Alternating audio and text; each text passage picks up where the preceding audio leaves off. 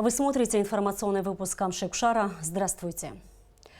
Решением правительства из резервного фонда Кабинета министров будет выделено более 5 миллионов рублей на компенсацию имущественного ущерба комплекса правительственных зданий в результате событий, имевших место в Сухуме с 9 по 11 января. Сумма немалая, и многие задаются вопросом, на что же будут потрачены такие деньги. Все ответы в репортаже Алики Трапш. Как известно, в результате протестных акций, прошедших с 9 по 11 января текущего года, изрядно пострадал комплекс правительственных зданий. В частности, в администрации президента Абхазии были выбиты окна, двери, испорчен инвентарь и техника.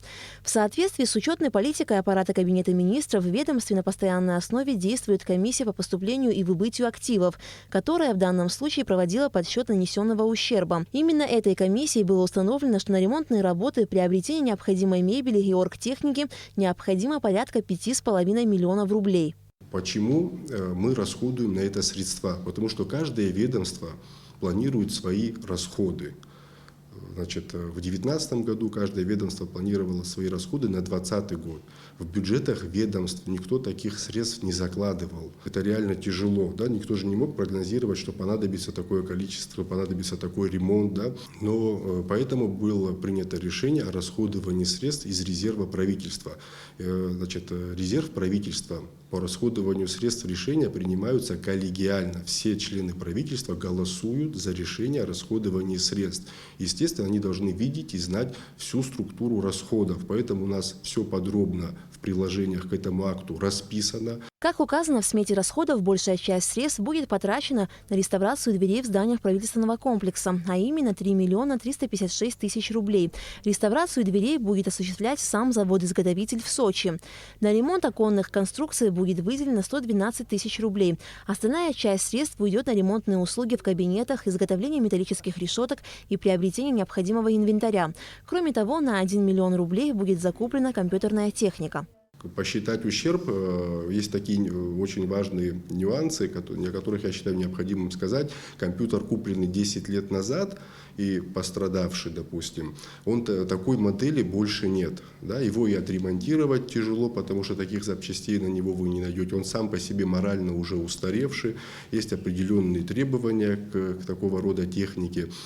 Те же мониторы жидкокристаллические, допустим, им уже по 10 и 11 лет, которые пострадали. Конкурс проводится для того, чтобы, во-первых, цена уменьшилась, люди, субъекты друг с другом конкурировали. Победит в нем тот, кто предложит наименьшую из цен. Все это делается у нас постоянно действующая комиссия. В данную смету также вошли расходы на ремонт помещений, реставрацию дверей и закуп мебели на первом этаже Кабинета министров. Все было поломано, внутри мебель, то, что есть, вот, то, что было на первом этаже, вы посмотрели везде. Новые купили с резервного фонда и все восстановлено. Сейчас везде работает. Двери, вот они приехали, мастера посмотрели, где трещины, они заберут обратно, реставрацию сделают и привезут обратно.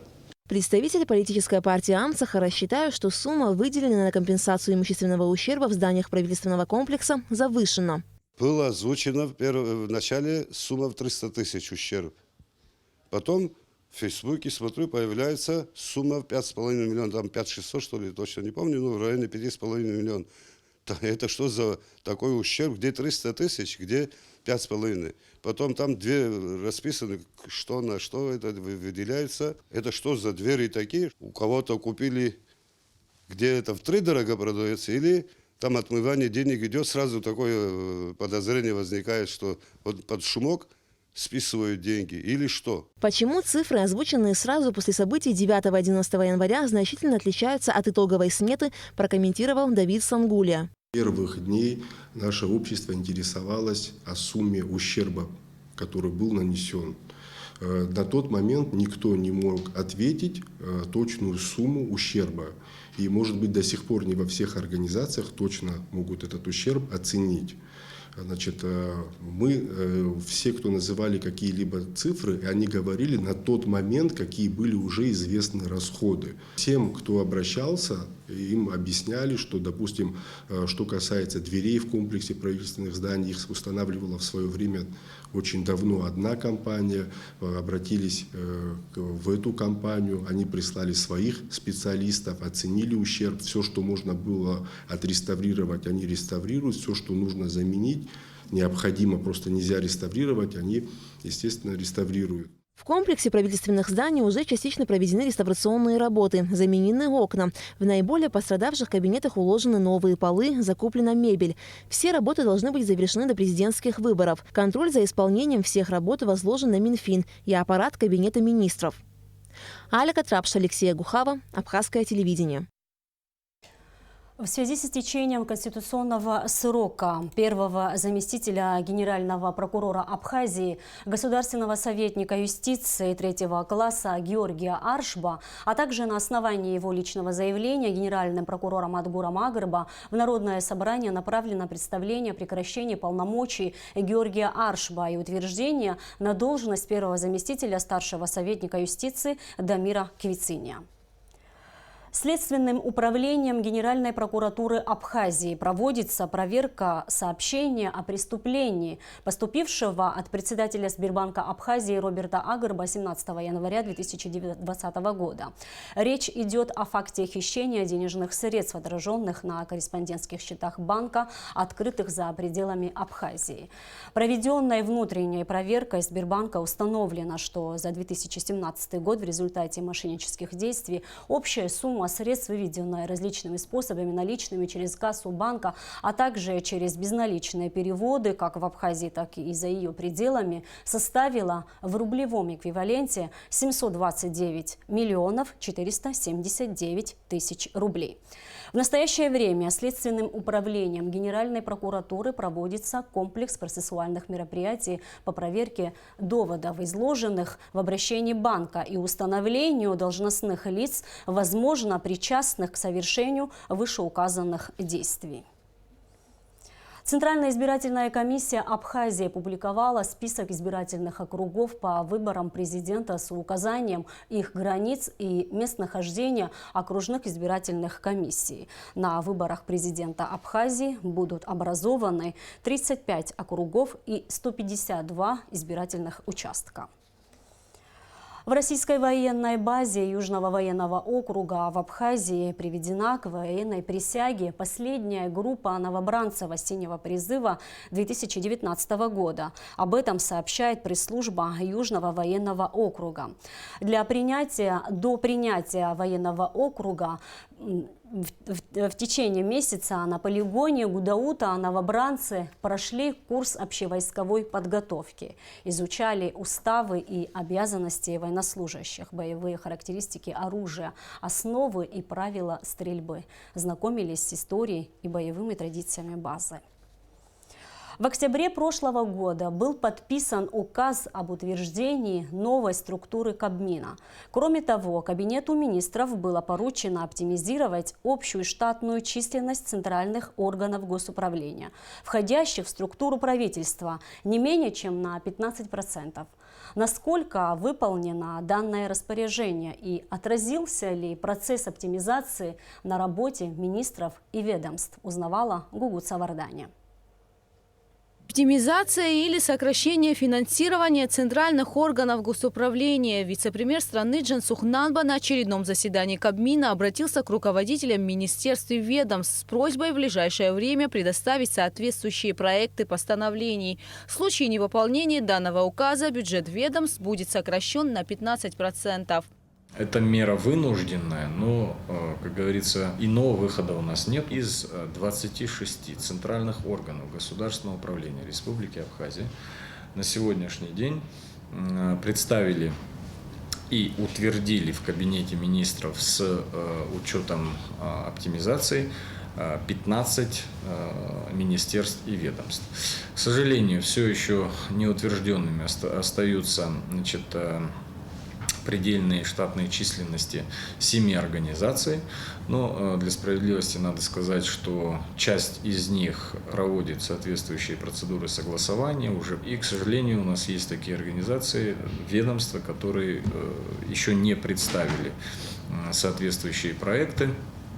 Таких у нас на сегодняшний день 4. Джансух Нанба также отметил, что на данный момент сокращены 144 штатные единицы. В результате этого удалось сэкономить порядка 15 миллионов рублей. По результатам завершения всей работы мы, соответственно, рассчитываем, что и численность штатных единиц, и экономия, фактическая экономия, которую мы должны получить, она существенно увеличится. Одно из ведомств, в котором прошел процесс оптимизации, Госкомитет по сельскому хозяйству. До проведения процедуры здесь работали 29 человек. На данный момент 25 сотрудников. У нас выпало 4 штатные единицы. Все документы отправлены. Работа на сегодняшний день идет в штатном режиме. И по большому счету оно не повлияло на работу Госкомитета. Указ президента об оптимизации штатной численности не касался Кабинета министров. Несмотря на это, в аппарате Кабмина также сократили число служащих. За 6 лет аппарат правительства со 134 сотрудников по штатной численности доведен до 89 на 2020 год. То есть оптимизация составила 33,6% в аппарате правительства, что не сказалось на исполнение функциональных обязанностей сотрудниками аппарата. Все полномочия, вытекающие из законодательства Республики Абхазия, аппарат правительства качественно выполняет.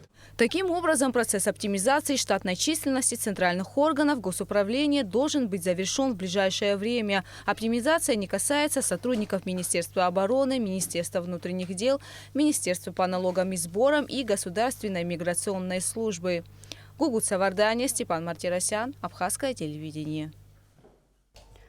Приказом Управления образования города Сухум в связи с возросшим количеством регистрации заболеваний гриппа и острых респираторных вирусных инфекций с целью обеспечения санитарно-эпидемиологического благополучия, предупреждения возникновения и распространения инфекционных заболеваний с 4 по 10 февраля отменены посещения детских садов и занятия в начальных классах всех столичных школ.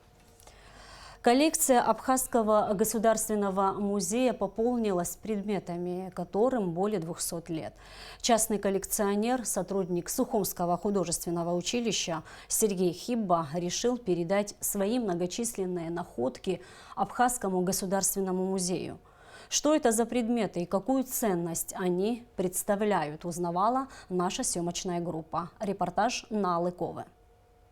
Коллекция Госмузея пополнилась предметами хозяйственной утвари, относящейся к XIX веку. Среди них специальный собачий ошейник, который одевали на животное во время охоты на волков. На ошейнике есть железные заостренные иглы, чтобы волк не смог ухватить охотничью собаку за шею. Кроме того, в музей переданы старинные ножницы для стрижки овец, колуны и другие интересные предметы. Если посмотреть, значит, это 19 век, фактически вот сделано на кузне. Здесь мы видим интересные хозяйственные, посмотрите, вот один из таких шипообразный нашейник для собаки, так можно сказать. Тоже очень интересный один из таких видов. Ну, конечно, подкова разные. Самое интересное, вот один из таких материалов, вот, то, что я хотела показать, но название на абхазском как-то вот, и пока еще мы с этнографами будем разговаривать и будем изучать один из таких редких видов, который у нас в музее, в фондах она у нас не находится, то есть у нас его нет. Сегодня это один из таких первых экземпляров, который у нас можно увидеть. Находки, относящиеся к XIX-XX векам, уже являются историческими, и поэтому любой найденный предмет имеет ценность. Поступок Хибба – большой пример для всех, у кого, возможно, хранятся старинные вещи, и которым они не нужны. К населению мы обращаемся всегда, и сегодня обращаемся. Очень важно, если что-то нашли, вам кажется, что это никуда не годится, для хозяйства у вас, может быть, не годится, но для истории это, может быть, неоценимое значение, может быть, имеет. Поэтому, если не очень трудно, принесите сюда к нам. Если трудно, сообщите нам, мы приедем.